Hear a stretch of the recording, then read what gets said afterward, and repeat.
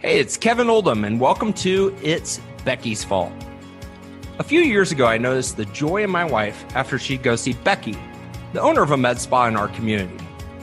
And then over time, I realized just how much of an impact Becky had on my wife's overall confidence and her happiness. As the saying goes, happy wife, happy life. I thought to myself, how can we connect more people to their own Beckys based on how much she's done for our marriage? This is that journey. Good afternoon, good morning, wherever you're listening from. I am super pumped to have another Kansas City aesthetics legend. And I'm going to call you a legend because you have multiple locations in our city. You've got a great brand that's been up and running for over a decade. Dr. Cristyn Watkins from a new Aesthetics and Optimal Wellness. And I could not be more honored to have her on today's show. Welcome, Dr. Watkins. Thank you so much for having me, Kevin. I appreciate it. My pleasure. And for those of you who kind of heard me stumble over the name of her practice, the way that she spelled it is ANU. Let's talk about the name. So we were talking about when you branded your business over a decade ago, but how'd you come up with the name? So it's about renewal. So a new you, right? So there was a couple places out there that were ANEW. I really wanted to shorten that and make it something of our own, make it stand out a little bit, if you will. And so ANU really just means a new you, where you can come in and experience that new beauty, that new wellness. And we were just talking about, the logo. And when I branded it, I had no idea how popular the lotus would be, especially in this wellness arena. And you even pointed out that you have, a variation of a lotus on yours. And, the lotus is such an amazing symbol because it means renewal and coming out of the darkness and into the light and into the beauty. And so it really fits our practice. And what's great is, when I branded it over 10 years ago, that still really absolutely fits what my vision and mission is here in Kansas City. Doesn't that feel good because when you're launching a business, it's definitely not going to be the same as what you think it's going to be. You can do the best business plans. I'm always like, man, it's like throwing a dartboard at the wall. So a decade later, when your brand and your name of your business still resonate and they're still relevant, makes you feel really good because sometimes that doesn't happen. Absolutely. I know. And even when I expanded from just a new aesthetics and then I added the wellness portion, it still absolutely fit my brand. So I've been very lucky. But I kind of had a vision that it would go that way someday. I had no idea that it would turn into this, which is amazing. And I'm very blessed. But it really has fit with that vision that I've seen for so long. That's wonderful. And that's what's cool. I mean, entrepreneurs are visionaries. And it feels cool when your vision comes to life, your baby comes to life. Right. And your baby is definitely alive. When you go to your website, man, I mean, I had a hard time finding services and resources that are typically falling within the aesthetic space that you guys don't offer. And then you have the whole wellness side as well. So I want to tap into both of those. Let's break down where you are. So you've got 2 locations right now. Correct. One in the River Market and then one kind of up by our airport for those of you who aren't in Kansas City. How many team members do you have between those 2 locations that you're responsible for managing and overseeing their livelihood? Yes. So right now we have 17 and I'm looking at bringing on another provider. Awesome. Yes. And the 17 team members you've got, is there one location that's kind of, which location was first? Let's start there. The North location was definitely first. This is my third actual location in the Northland. When I started, I was really small, just in an urgent care center, and I rented a room from a physician. And then I moved upstairs in that same building, and we had about 2,000 square feet, and we had about 4 rooms, and then, of course, the main lobby and office area. And then 3.5 years ago, I started to build this location out. And we moved over here where we've got 6,000 square feet. So we have just grown. And in the last 3 years, it has been an overwhelming, tremendous growth. And that's exciting, obviously. But, as we gain staff, what we needed was more space. And so what I decided is at the North location, do we ask our neighbors to move and us bump out, or do we get a new location somewhere else? And it really was, let's get a new location somewhere else where we can help Kansas City and give other people the same resources that don't want to drive all the way up to the Northland. Yeah. Yeah. And I love the fact that you have so for those folks who aren't familiar with Kansas City, the River Market is probably the oldest part of our town, or one of the oldest parts. It's right by our downtown. So it's centrally located. And then North Kansas City, I believe, is underserved. Absolutely. Just overall. I mean, just period underserved market, which is why you're seeing big, like Costco go up and some of those big guys, but you guys were kind of last to see some of the bigger businesses go in. So I love the fact that your origins were serving in the Northland. Right. And that's one of the reasons I picked the Northland, because there was no med spa here. And when I decided to really tap into that market, it was immediately obvious that there was that need immediately, and especially ran by a physician. Yeah, absolutely.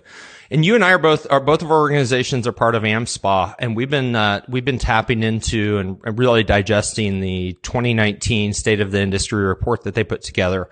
Right. The statistics in there are staggering in terms of industry growth from basically 2018 to projected in 2023, which is almost double is really what they're projecting. So with that, what I love is that you're physician owned and you're in the business every day. Correct. You don't just have a medical director who's coming in once a week and overseeing. Or never. Or never. Do you see that as a problem in the industry? Very much so. Yes. There's a name on the door and they're signing the orders, but they do not know what's going on day to day. They're not available for patient issues in the office.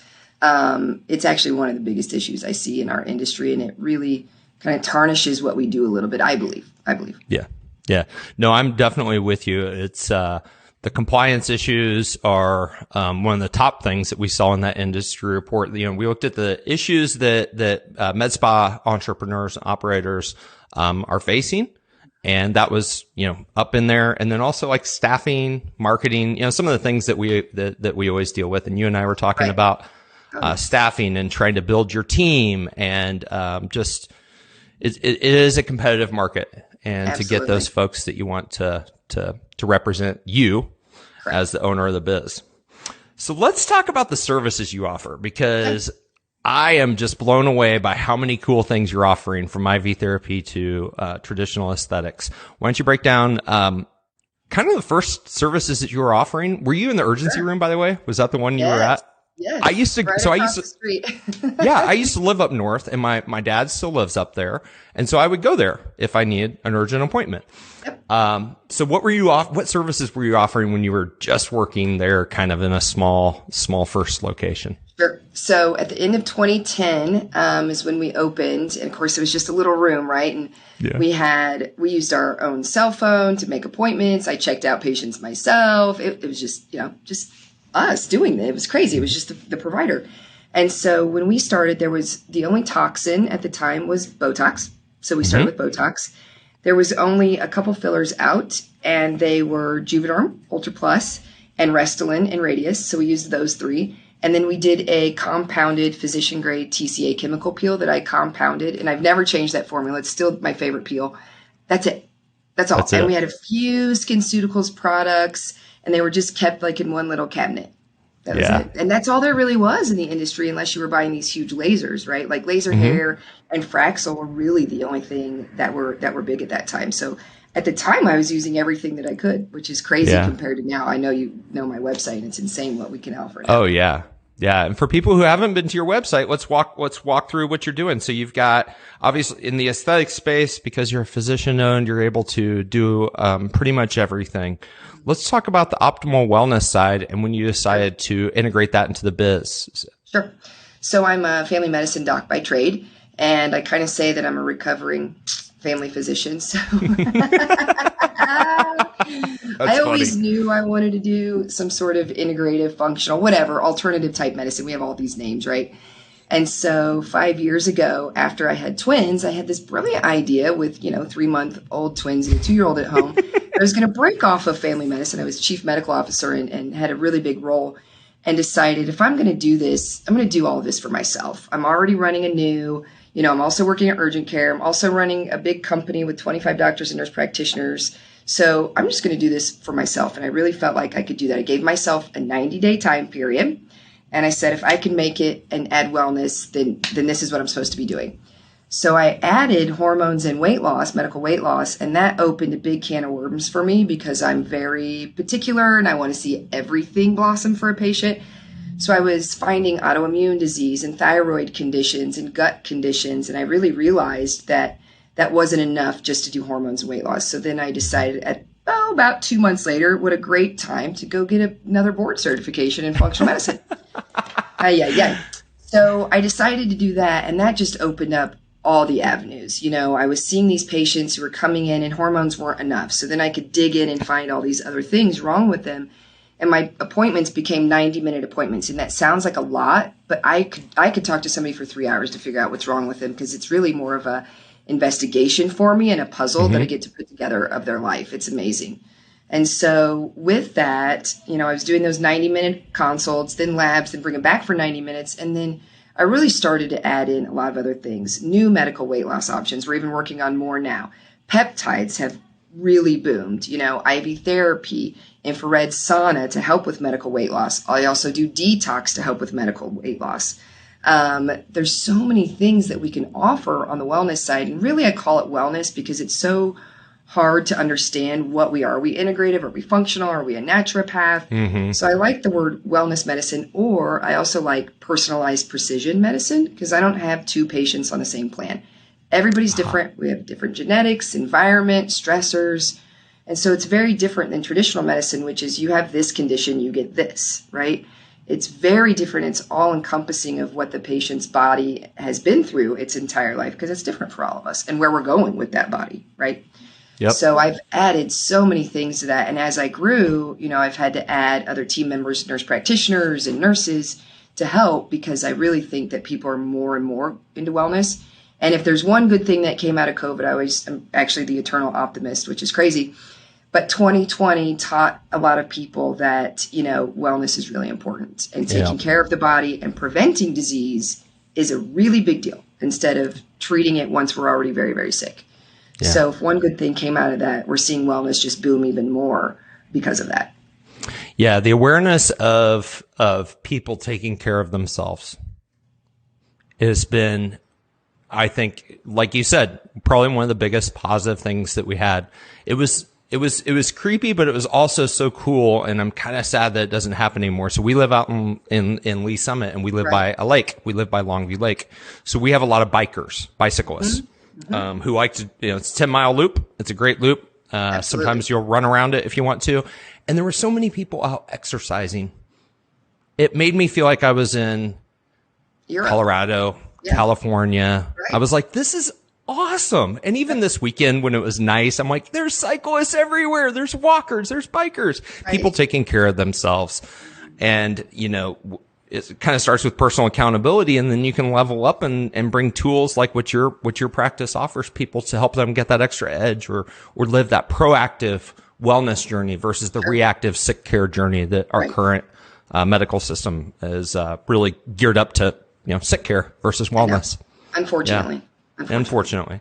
So you have a funny story and about, I always ask people, hey, what's the funniest or most unusual thing that's happened? And you've had the closest thing to a dine and dash that I've ever heard of in the aesthetic space.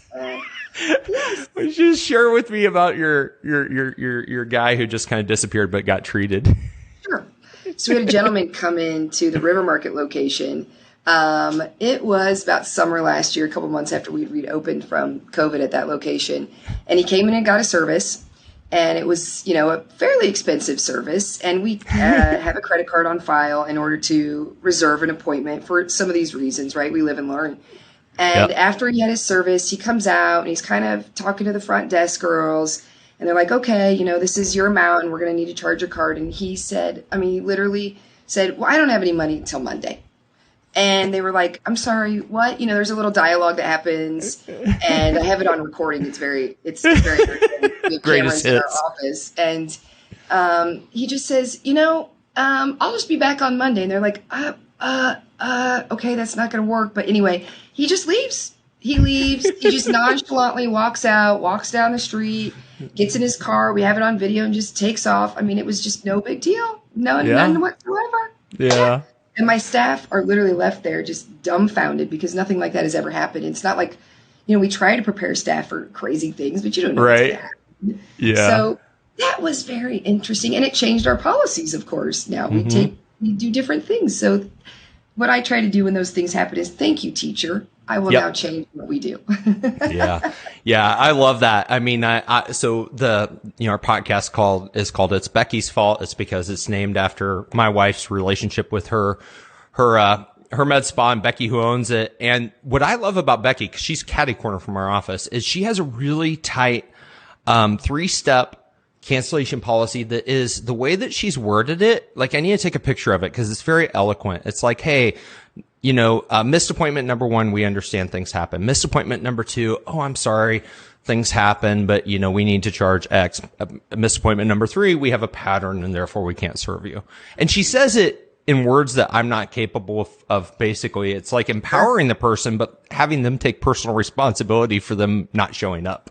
That's brilliant. And I think I will probably look that up, Becky. So thank you.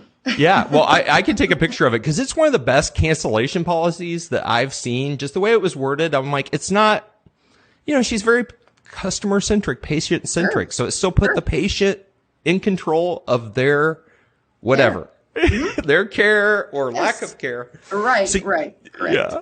So you're really, and this is awesome because we have another provider who's really into exosomes right now and PRP for aesthetics. Why are you so excited about those? Oh my gosh. Regenerative medicine is probably my favorite thing I've ever tapped into as far as medicine. And I mean, obviously I've done a lot of medicine in my life, my short time span being a physician, but regenerative medicine is about healing, and it's about healing from within and using our own cells and our own tissue to create new cells, new tissue, new organs, and improve the systems we already have and reduce inflammation. We are just cells. That's all we are. We are just a bunch of cells that communicate and talk to each other. And when you use PRP, which is our own body, right? We draw your blood, we spin it down, and then we inject it to various parts. And I always joke, I'll put a needle with PRP anywhere, okay, except for your spine, anywhere. And we do, with sexual rejuvenation and hair and face and butt lift and breast lift and all the things that I do with PRP. But what it does is it gives your body back those growth factors, right? We can really get the platelets and the growth factors, and those can increase your collagen. Well, what are we all trying to do in anti-aging medicine? We're trying to increase collagen, decrease, this loose skin that we have, whether it's on our arms or our legs or our belly or our face. And so it's not a foreign substance. So somebody like me with Lyme and autoimmune disease, that's really important to me that I don't put in foreign substances if I can avoid it because my body won't reject it. Right. And then the other, it's amazing. And then exosomes, what we use more placental tissue, umbilical cord, so new tissue that has not been transformed into anything else. So those exosomes are actually not cells, which is crazy to think about. They're messenger RNA, they're proteins. They're like the quarterback telling all these other cells to go fix yourself. This is what you need to do to fix yourself. So it's anti-aging in every way possible, whether you're doing it intravenous, whether you're injecting it into the face or into a joint space, which we do all of those, because it's all about repair and healing. We're just cells, right? If you just go back to very traditional, easy thought process of medicine, we just need to fix our cells. That is what will fix tissues, organ systems, inflammation, etc. Yeah. That and you talked about gut health earlier. It's so huge. And I think a lot of people don't really understand it because it's one of those things that's hard to, if you're a patient and you've never really heard that a lot of things are originating from your gut, you're like, well, it can't be that simple. Exactly. I have an autoimmune disease as well. I have psoriasis, and treating that and eating healthier and treating that has dramatically helped my symptoms of it. Hasn't got rid of them, but it definitely, once I got my head around that, and my doc has functional medicine accreditations as well. Yep. Awesome. And once we worked through that, I was like, wow, it can't be that simple. But it really can be. It really can be. It's crazy. The 4 pillars of functional medicine are nutrition, sleep, stress and physical activity. What are we bad at in America? Those four All things, the above. right? So all the above. we don't do self-care, and then not doing self-care creates this profound inflammatory cascade. And so, I would say probably 8 out of 10 Americans have some version of IBS. Well, IBS is due to something else, right? So in the traditional medicine world, I couldn't fix it. I would give them, antacids or something else and say, I'm sorry, kind of deal with it. And in this world, if you don't fix the gut, you don't fix the immune system. So I'm always addressing the gut. And that's really kind of what happened, what I was talking about with hormones and things. I realized that, oh my gosh, all these people have gut issues and inflammatory issues. And if I don't fix those, I really can't fix the whole person. I can't fix the human body. So it's interesting that you also have autoimmune, because it opens a whole new realm of what we know, and we just have a bigger toolbox. I love traditional medicine. I love my colleagues, but my toolbox is bigger because I do both. So it's interesting. Yeah, you've got that whole person view. It's like, hey, you've worked in emergency medicine where you're just triaging, getting people to the next place they need to go, to now, hey, I'm focusing on helping people live their best lives, look, feel great, not only on the outside, but also on the inside. Like whole person approach. That's right. Which and is, I think I'm going to say it. It's rad. It's RAD. That is rad. Thank you. Oh, I love 80s lingo. Don't worry. I use all those words all the time with my kids. Oh, yes. I use them as well. I mean, you and I appear to be somewhere in the same generation, and I'm trying to bring back some of those 80s terms because they were awesome. They were awesome. It was a good era. It was a good era. Amen to that. So one of the questions that I like to ask, because there's folks listening that maybe further along in their career than you, there's people who might be thinking about getting involved in just aesthetics overall. I mean, wide range of listeners. If you could go back to yourself, so you've been in business for 11 years? Mm-hmm. Okay. So if you could talk to yourself 11 years ago, and like the biggest little thing that you've learned that you wish you would have, incorporated or thought of at the beginning that would have either saved you time, money, heartache, whatever. What is there one thing one key learning that you wish you could go back and tell yourself now? I knew that question might come up, and I was really trying to think about what are the things that I have learned that I would do different.